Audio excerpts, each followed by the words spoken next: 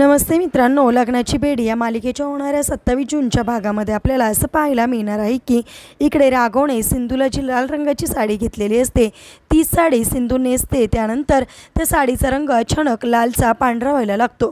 त्यावेळेस सिंधू म्हणते या साडीचा रंग का उडतोय, हा पांढरा रंग का होतोय, म्हणून तिला टेन्शन येतं।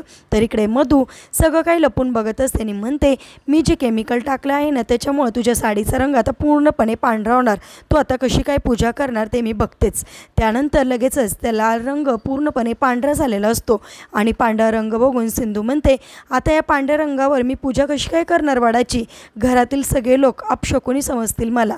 त्यानंतर राघवला समोर एक रंगाने भरलेलं ताट दिसतं। त्या ताटामध्ये असणारे रंग राघव हातामध्ये घेतो आणि ते सगळे रंग सिंधूची जी साडी पांढरी असते त्या पांढऱ्या साडीवर टाकतो। त्यामुळे पांढरी साडी आता पूर्णपणे रंगीबिरंगी झालेली असते आणि हे सगळं काही बघून इकडे मधूचे मात्र चांगलेच 12 वाजलेले असतात आणि त्या रंगीबिरंगी साडीवर इकडे सिंधू वटपौर्णिमेची पूजा पार पाडते। म्हणजेच आता ज्याप्रमाणे राघवने सिंधूच्या साडीवर रंग भरलेले असतात त्याचप्रमाणे वटपौर्णिमेच्या दिवशी सुद्धा राघव आणि सिंधू एकत्र येऊन त्यांच्या आयुष्यामध्ये सुद्धा रंगांची उधळण झालेली आपल्याला पाहायला मिळणार।